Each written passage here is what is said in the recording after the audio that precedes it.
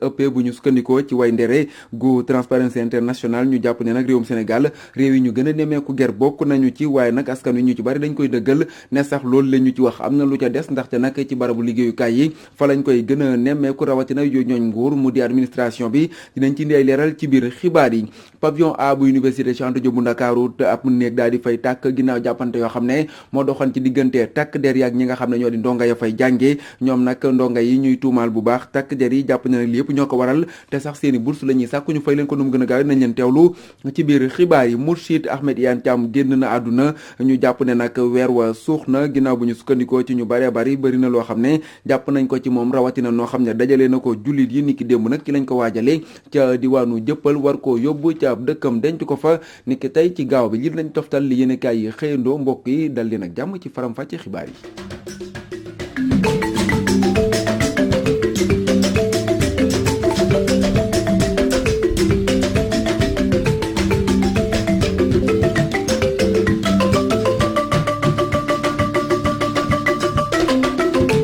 bismillah ñu nuyu leen bu baax dal leen ak jàmm ci xibaaru suba si ñu daal di koy door ak waa Transparency International ñu daal di becc ak way ndere jàpp ne nag réewum Sénégal bokk na ci réew yi nga xam ne fi la guerre ëppee ci àdduna bi loolu le nag askan wi di ko dëggal ne sax liñ ci wax yëpp des na ndax daanaka moom la ñuy gën a faral di nemmeeku ci barabu liggéeyukaay rawatina yu nguur gi mu di administration bi ñu teewlu ci Adama Diallo. lii di guerre nemmeeku nañ ko fi bu baax jàngalekat bi ñu taseel ci buntu office di bac moo ngi ñaawlu rek guerre bi nga xam ne am na ci université yi ci mairie yi ba ci administration yi muy dëggal ni lii di corruption daanaka mu ngi ci secteur yëpp. Sénégal moom bu ñuy wax corruption dama naan Sénégal la commencé tout est corruption ban nañ ko ba olof xam nga lu ñuy wax ku am kuddu doo lakk qu'est-ce que ça veut dire ah dara boo ko soxlaa. il faut que nga am bras long pour jot ko bras long mooy lan yow da nga bëgg man dama bëgg kii dafa bëgg nous sommes tous des citoyens sénégalais mais nañ jaar ci yoon bi ñu war a jaar ñu jox ñu voilà université bii xoolal booy dugg si xale yi dañ lay kar les jeunes étudiants qui viennent pour la première fois ñuy soog a dugg université laaj leen ah da nga bëgg a inscrire kaay pour ñu inscrire des fois am na ñu leen di dimbale gratuitement mais par contre il y a d'autres étudiants moyennant quelque chose ñu inscrire la boo demee bëgg attestation bac dañ naan la ñëwal ma remplir la pour nga jox ma dara. mairie mooy li ma doon wax léegi ci tubaab pour nga dem mairie rek génn benn kayit c'est tout à fait difficile da ngay ñëw ñu ne la loo bëgg am na ñu toog ci buntu ba rang boo ñëwee da nga bëgg extrait nga ne waaw extrait bi de timbre bi 300 la mais grawul jox ma 500 rek ma utal la benn extrait politique bi. ku bëgg a liggéey Sénégal léegi nooy da yow jàng naa am naa diplôme tax na nga liggéey non il faut être du parti au pouvoir da ngay dem inscrire ci gannaaw benn politicien boo ñëwee ne ko dama bëgg a liggéey mu ne la waaw non amul problème léegi bu ñuy recruter les jeunes comme li président de la République wax 100 000 emplois 100 000 yi seuls les politiciens sont embauchés. xale bu góor bi di xamle rek lii di corruption dem na ba di sàkku jigéen ngir mu mën a am liggéey. jigéen ñi yéen moom xam naa ni franchement corruption sexuelle da leen ñu dal. waaw loolu moom xam naa patron bi bu fekkente ne patron bi moom entreprise bi nga ñëw da nga soxla travail donc da lay ne soit couche nga tëdd ak moom pour nga am liggéey bi noonu la fay demee quoi en quelque sorte. ngir xeex lii di guerre ci Sénégal dafa war a nekk rek mbir yu ñëpp ginnaaw ba nga xam ne corps de contrôle yi état yi teg daal dinañ lajj teg. jéego yu Sénégal war a def mooy xool exactement président de la République moo nekk ci kaw ñun ay citoyen lañu donc ku nekk aussi day jàpp mbir mi moo ko moom ku nekk aussi bu gisee ni lii warul nekk mu bañ ko def. kooku li doon àddu di Yaya Adama Diallo ci gëstu boobu li nga xam ne defal nañu ko ñu daal di des ca université Cheikh Anta Diop bu Ndakaaru wax ci ndonga ya nga xam ne ñoo fay jàngee ndax nag jàppante doxoon na ci seen digganteeg way takk der yi benn néeg daal di tàkk ca pavillon A bu université boobule waaye nag ñoom takk der yi lañ cay tuumaal ne nag du ñu deltu ginnaaw benn yoon fii léegi fayu ñu leen liñ leen yoreel mu di seeni bourse ñu teewlu ci kenn ci ñoom di Fallou Ndaw mu àddu ci micro Moussa Sène. danoo gis ne depuis 12 mois amuñu augmentation bourse pour les 4 mois yi nga xam ne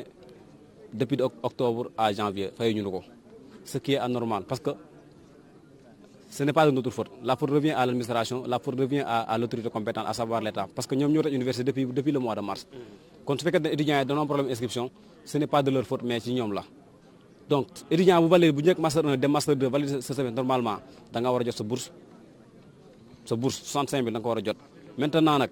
danoo gis ne am na 12 mois yoo xam ne nii fay ñu ko augmentation ça dit les 25 000 plus 4 mois yoo xam ne nii fay ñu 65 000 plus les tours chauds ce qui est anormal. et ku wax étudiant master 2 xam ne tey ji année master 2 da ngay def ay recherche da ngay bind mémoire. affrontement yi bi mu commencé ñoom dafa dem ba à un certain moment bon mënuñu maîtriser seen bopp après ñoom ñu dugg ci biir campus social bi ñu dugg ci biir campus social bi après ñoom danoo viser tirer lacrymogène bi malheureusement mu dugg ci benn chambre la chambre a pris feu. maintenant on a constaté que bon bagage yi fi nekk ni dañoo lakk ce qui est anormal. c'est la chambre 372A.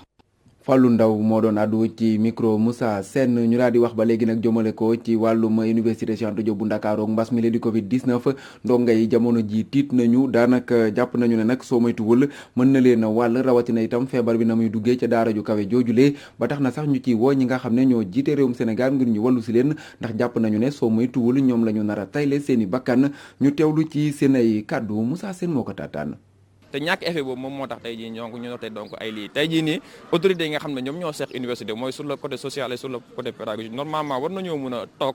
donc réunir donc teg un protocole boo xam ne ça sera un protocole au moins qui sera moom moo nekk protocole boo xam ne étudiants yi dinañ ci taxaw moom à la lettre parce que sinon bu ñu ko deful rek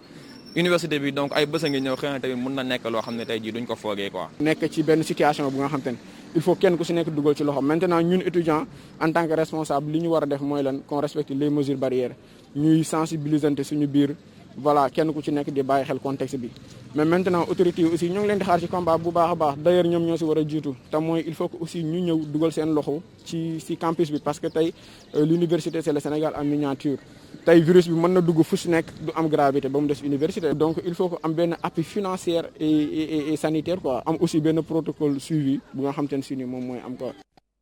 couloir de la mort boobule la ñuy jógee daal di wax nag ci wàllum jot na mu di ak kuréel goo xam ne ña ca nekk ñu ci bari dañoo daal di demoon ci wàllum mbëkk mi ñoom nag ñu yuux wàllu jàpp ne nguur ak Sénégal la mu waroon ak ñoom defu ko ndax nag koppar yi nga xam ne moom lañ leen war na joxuñu leen ko te itam sax daanaka lu ci bari bari dañ leen a bàyyeeg seen boppam ndaje lañ doon amal ca makkaanub FRAPP France dégage ñu teewlu ci xooxaandong muy ndi ci ay leeral waaye nag daal dinañuy ñaawlu waale sax jàppug Boubacar Seye njiitalu Horizon Sans Frontières.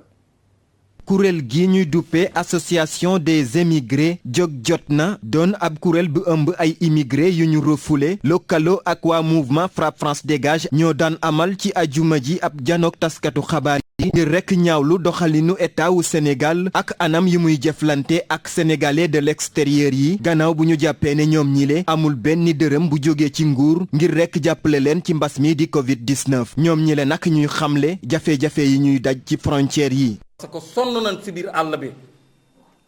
ñun bu ñuy quitté Maroc sax danaa ànd ak ay sénégalais yoo xam ne àndul tunu ko seen xel mais danaa naxante ak ñoom ànd ak ñoom nekk ak ñoom frontière muy metti muy taw ñu nekk ak ñoom frontière mu ay weer ñu nekk ak ñoom frontière jigéen ñi nekk ak seen doom yi ndaw kon nguuru Sénégal yéen lan ngeen yi njëriñ. centre bi ñu jàppoon rek tee nañu fa 9 jours am na ñoo xamante ni bi def nañ fa 16 jours. 16 jours yi ñu fa def yëpp lekk ñu fa lu dul ay mburu boisson kese am na ñoo xam ne bu ñu fay génn hémorroïde lañ fa jógee ndax jëlee ndax pat bu bari. Guy Marius Sagna bokk ci mouvement FRAPP France dégage ñaawlu doxalin gi ni mel ba noppi nag di wax nguurum Sénégal rekk ngir ñu bàyyi kii di Boubacar Seye doon njiital Horizon Sans Frontières mi nga xamante ni jamono jile mu nga yeewoo kaso. émigré yi du ñu ay nag nañu bàyyi di jàppee émigré yi une vache laitière bu ñu dugalee xaalis ñu kontaan waaye bu ñu amee jafe-jafe du ñu gis kenn ñu nekk ay orphelin Boubacar Seye deful benn crime waxul benn wax bu ñaaw te ñaaw na ñuy tëj Boubacar Seye jaaykatu yàmbaay ana trafiquant faux billets yi ana Bougazeli loolu du dëgg du yoon du dëgg du yoon moo tax ñu am sañ-sañ wax libéré Boubacar Seye libéré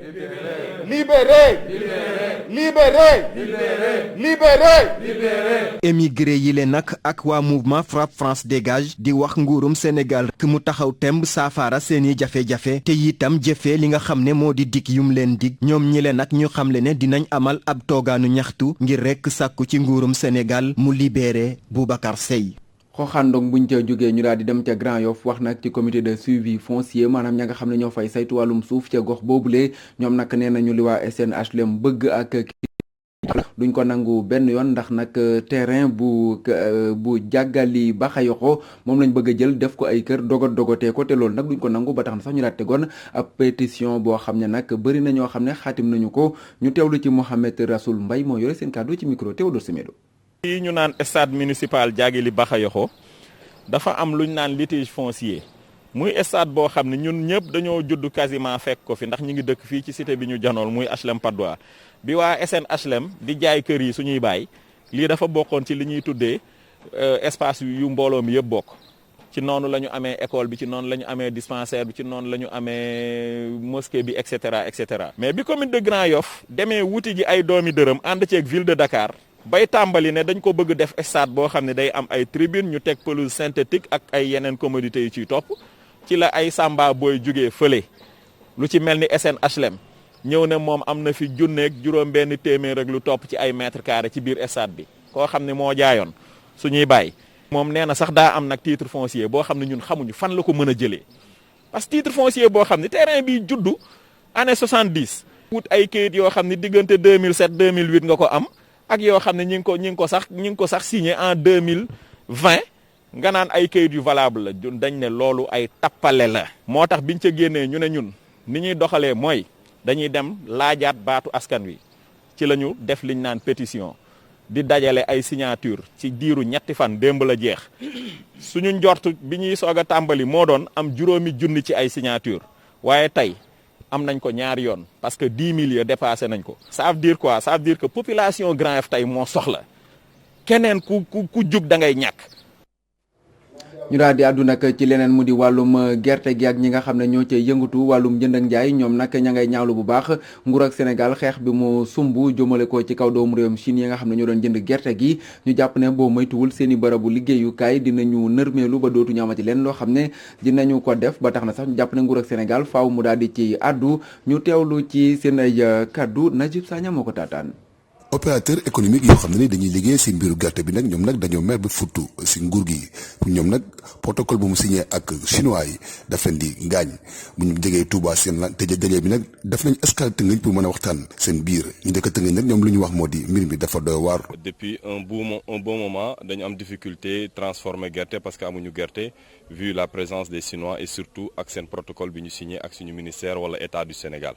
donc protocole buy dem ba 2019 ba 2024. c'est pour permettre aux Chinois ñu exporter gerte Sénégal bi. 150 unités de transformation yi nekk Touba dañuy confronter à d'énormes problèmes de matières premières parce que ñun nous sommes un bras industriel de la Sonacos. à la sortie du protocole bi ñu njëkkoon def en 2018 avec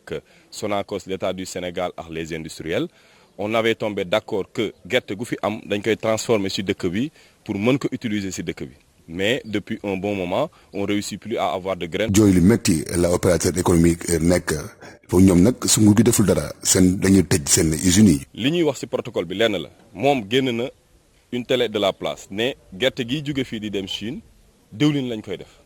kon donc pourquoi pas mënuñu imposer les Chinois ñu transformer ko fi. il y a énormément de monde dans ce secteur et aujourd'hui ñun ñëpp ñu ngi. toog liggéeyuñu pendant 2 ans. si bu ñu fekkee fii ba mois de début mars on n'a pas trouvé la solution cela veut dire que année bi man sama société me constituerait un passif de 4,8 millions de francs CFA waxuma ñeneen ñi et ainsi de suite jusqu'à quand. téeméer ak juróom fukk opérateur économique yoo xam ne ni ñu ngi fii si Touba